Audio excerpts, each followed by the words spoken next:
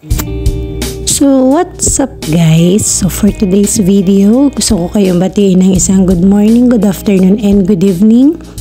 And ngayon mag-unboxing tayo ng parcel. Yes, ito pong parcel na ito ay gadgets. Ito ay bundle set. Sa loob ng bundle set na to ay merong 3 unit at mga freebies. And ngayon lang siya na-receive ni buyer, kaya ngayon lang siya ina-unbox. And as you can see, sarado-sarado yung box natin. Struggle si buyer sa pag-open.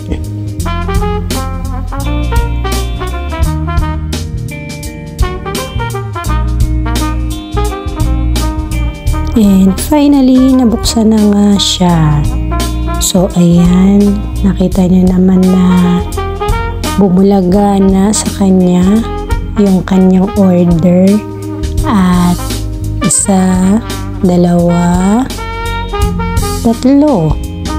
unit po, like what I've said. This is a original refurbished Vivo Y51 with freebies. Yes po, may mga kasamang freebies sa loob. And nabili niya lang yan sa halagang 4,500 pesos plus shipping fee. And dineliver yan sa kanya door to door. Now, as you can see, mabusisi niyang ino-open at ina-unbox yung mga unit na brand new seal. Yes po, brand new seal po lahat yan. At nakita niyo naman guys, ayan, medyo struggle talaga si madam. Pero nakisama naman yung kahon. Kaya ito, ayan guys, nakita niyo naman talagang nakasil pa yung unit natin. And tadan, here we go. Na-open ni madam, and ayun, sinubukan niyang i-on at tadan, working yung ating unit. So, lahat ng unit natin na pinaship sa kanya ay kompleto. Merong headset, merong charger, merong connector.